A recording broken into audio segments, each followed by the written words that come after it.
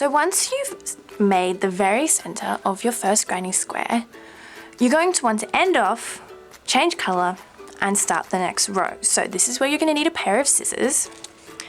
Grab your scissors and you just want to cut off your yarn, but leave it a nice long tail. I don't know how long that is. 12 centimeters? Who knows? Anyway, roughly like that. And then to end off, it's very simple. All you do is grab your tail that's attached to your stitch here, and yarn over and pull through like you were just making a chain stitch. And then you just keep pulling and pulling and pulling and pulling and pulling until your tail comes through. And then if you just pull that down on itself, it makes a knot. Now, do not get tempted to just go pop and chop that off, because what can happen then is, because you've only got a teeny tiny little bit of yarn sticking out, your knot can come undone. So instead what we do is we make sure to crochet over the top of our tails so they get worked into it, and then you can trim them and it's all nice and safe and secure. So once you're ready to change colors, pick which color you're going to use next. And I think I might do blue. It's such a lovely turquoise blue. So to begin, now one little thing I should mention is that crochet has been around for a long time, and there are lots of different techniques of doing the same thing. So if you've learned crochet before, you might look at what I'm doing and think, oh, that doesn't really look like how I used to do it. And it might be because it's not, and you just had a different technique. So if this isn't sitting right with you, feel free, go have a Google, find some YouTube videos, and you'll probably find maybe a way that suits you better. But this is just how I do it, and there's really no right or wrong way. So to change colors, you want to grab the next color you're going to use and make a slip knot. So slip knot is to you just make like you're making a regular knot, but instead of pulling through the tail, pull through your yarn as a loop. And what that does is it makes a knot with a loop that can be adjusted.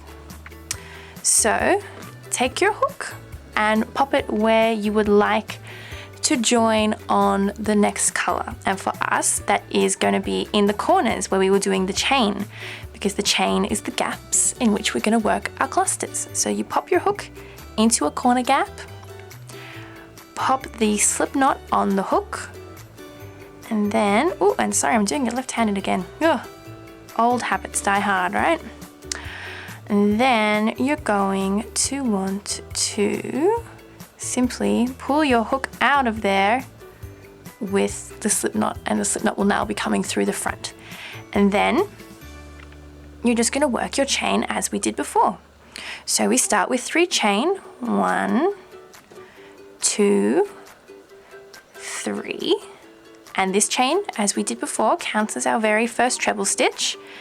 I'll just move that along so there's room in our gap, and then we're going to do our treble again. So yarn over into the gap, yarn over, come back out, yarn over, pull through 2, yarn over, pull through 2. So it's exactly the same stitch as we're working on our first row. The only difference is, instead of working into the middle of the magic circle, we're now working into our corner chain gaps. So I'll just finish off this cluster of treble, and then we do our 2 chain, 1, 2. Now the trick with a granny square is to make the square shape, you work 2 clusters of 3 treble into the corners. So if we have a look at this, you see on the corners in the diagonal, it's always 2 clusters in the 1 hole, 2 in the 1 hole. And that's what makes the corners. If we didn't do 2, if we just did 1, we'd be making a circle. So, because we're starting off in a corner and all the gaps on this first row are corners, we then work another cluster of treble into this corner. So yarn over, into the corner, yarn over, back out, yarn over, pull through 2, yarn over, pull through 2. And we will do that another 2 times into this corner.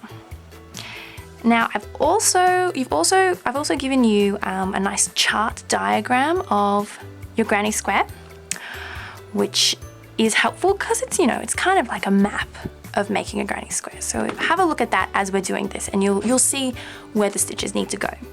So once you've finished in a corner, The rule with granny squares, this traditional style of granny square that we're working with, is in the corner, clusters are separated by 2 chains, but when you're not working in a corner, when you're jumping and there's no corner, it's separated by 1 chain. So because we're traveling over the top of this one to get to our next corner, we're just going to do 1 chain. This kind of makes more sense in the subsequent rows when there's more than just corners happening, but bear with me. And then we do the very same in the next corner gap. So we start our next set of treble, and because we're moving around now, we don't need to start with a 3 chain. That's just only to the very, very first stitch. So we just continue our trebles. 1, 2, 3 treble, and then we will do 2 chain, 1 chain, 2 chains. There's our first cluster in that corner. And then we do the same again. 1,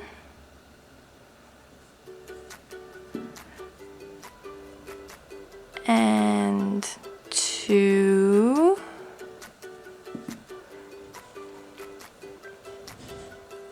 and 3. There we go. That's our second corner done. And then we separate our corners with 1 chain. So now I'm just going to work all the way around.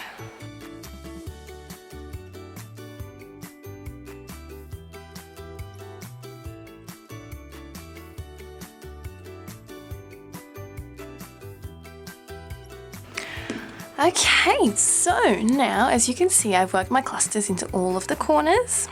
So just to recap, we've got 3 treble, 2 chain, 3 treble, 1 chain, 3 treble, 2 chain, 3 treble, 1 chain. And we do that all the way around. So now I finished. I need to do my 1 chain because I need to have the gap over the top of this one here, this treble below, because we need to have that gap to work into. And then we're going to join with a slip stitch. So a slip stitch again is you just pop your hook in where you want to join, which for us is the top of that very first group of 3 chain. Pop the hook in there, yarn over, and pull through. Ooh. Oh, there we go. Even I make mistakes. Pop it in, yarn over, ooh, pull through 2. Haha, there we go.